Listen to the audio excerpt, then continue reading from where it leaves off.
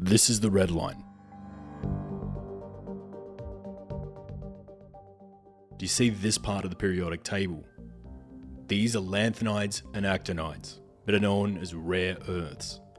They power everything in your home, from your phone to your laptop to the satellite that beams your navigation directions down.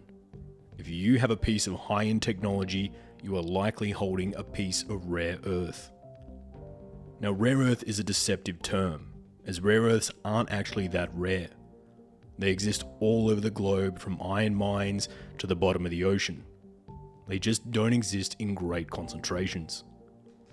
Whereas with a good iron mine, you would expect to find 1 kilogram of pure iron for every ton of dirt, with rare earths, you'll be lucky to find 1 gram of material for every ton of dirt, effectively making it 100 times as expensive to get out of the ground. There used to be rare earth mines all across the world, in Russia, in India, in China, and even the US. But in the 80s and 90s, China made a strategic decision to dominate the rare earth market. The Chinese state mining companies put aside environmental regulations and started dedicated rare earth mines, to then sell them at a loss back to the rest of the world. In contrast, US mines like Mountain Pass in California were run by private companies, who then answer to shareholders.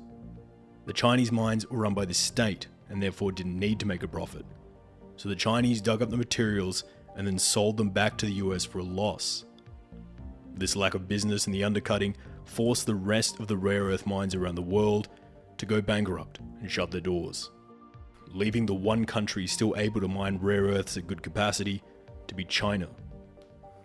This was their plan all along, as Beijing could see that rare earths would be the elements to power the next wave of warfare technology, like smart bombs, missiles, robots, stealth fighters, and just basic high-end computing. The US is now in a predicament, and let's take the F-35 fighter as an example. To build an F-35 fighter, the US requires 290 pounds of various rare earths, as well as a number of components that are made from rare earth elements. This means if the US wants to build an F-35, they would need to have part of the plane now built in China, meaning that if war were to break out, China could withhold components the US needs to finish construction on their fighter planes. Without a cooperative China, the US can't build any missiles, planes, aircraft carriers, or even smart bombs. And with China quickly becoming the main adversary to the US, this isn't exactly a great position to be in. The US is now scrambling to restart their old rare earth mines back in Mountain Pass. But there are a number of problems with this. The first being that when you dig up and refine rare earths, you often create radioactive byproducts, such as thorium, meaning the whole operation will be incredibly costly and require a lot of safety precautions. But this isn't the main problem, as the US doesn't have a single industrial rare earth refinery on its shores. So even if they were to dig up a 25-year supply of rare earths, they would still have to send it to China to be refined into usable materials. Which brings us right back to the requiring a cooperative China problem. Completely fine in peacetime, not so great in wartime. The only other country trying to tackle this is Australia, who does have some good rare earth deposits, but again, no capacity to refine medium or heavy rare earths. It also doesn't help that the company trying to tackle this is a private company known as Lynas, so China might decide to dust off their playbook and flood the market with cheap rare earths, sending the company bankrupt if they feel too threatened.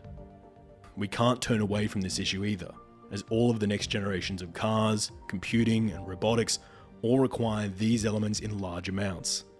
To turn our backs on rare earths now is to walk backwards, whilst China moves to the next level.